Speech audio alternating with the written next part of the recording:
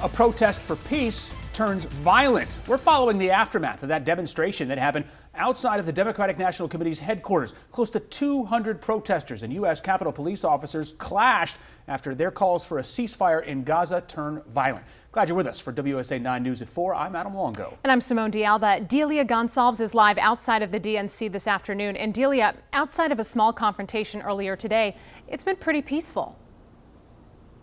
That's right, Simone. It has been a very quiet day here outside of the DNC. The only police presence, in fact, that you see is the officer right behind me who was standing guard at the door. And there is a Capitol Police officer parked in a cruiser in the lot right across the street here to my right.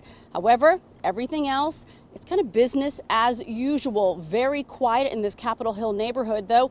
As you mentioned, about 4 hours ago, there was a brief confrontation between a Congress member and a protester who was here last night. In fact, let's look at some video, cell phone video, in fact, from the demonstration last night that actually turned into a disturbance. Close to 200 people with the group If Not Now had information that Congress members were here for a dinner at the DNC, so they gathered outside the building calling on a ceasefire, an end to the bloodshed in the Israel-Hamas war. The protesters described themselves as a diverse, multi-faith group of peaceful activists. They claim police were the aggressors.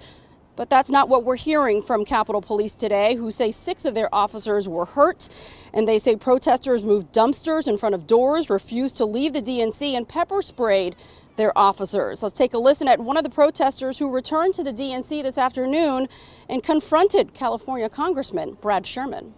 I've got to get your organization to call for Hamas to disarm. Sir, that's my strategy. For Netanyahu to stop saying that they're going to raise Gaza to the ground and that they're fighting human animals as they kill over 11,000 children.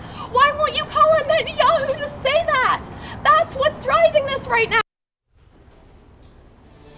A passionate protester with If Not Now. Congressman Sherman, I should mention, tweeted out last night that he was evacuated from the DNC after, quote, pro-terrorist anti-Israel protesters grew violent, pepper spraying police officers and attempting to break into the building. Now, demonstrators obviously take deep offense to that, replying that many of the folks here were American Jews with family in Israel, and there were even some rabbis in the crowd. I reached out to the DNC. I'm still waiting to hear back from them in regards to their comment.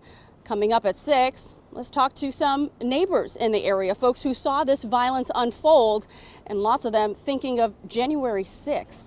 Simone? Well, to that point, Delia, a lot of video being shared on social media platforms from people who are just witnesses who watched it all unfold. We'll be checking back in with you for updates. Thank you. Now, this isn't the only demonstration that we're seeing here in D.C. calling for a ceasefire. Our Larry Miller is tracking another big demonstration near the White House lawn. Larry, good evening. Good evening to you, Simone. That's right. You may have noticed this week these sort of fake body bags lying in front of the White House. The Amnesty International group organized the demonstration. They're demanding President Joe Biden call for an immediate ceasefire in the conflict. Here's why they said this type of representation is important to get their message across. We brought together this visual to represent a small fraction of the civilian lives killed over the past 4+ weeks to demonstrate the humanity of what these lives look like and are. These are more than just numbers. They're more than just statistics. These are families. These are parents who have lost their children, children who have lost their parents, and we wanted to demonstrate their humanity. The U.S. has said that a general ceasefire would not be appropriate, though it has pushed for pauses in hostilities to deliver humanitarian aid. Last week, Israeli leaders did agree to pauses every 4 hours to let people out of Gaza. Simone? Larry, thank you. And we are closely watching what's developing in the Middle East as we speak.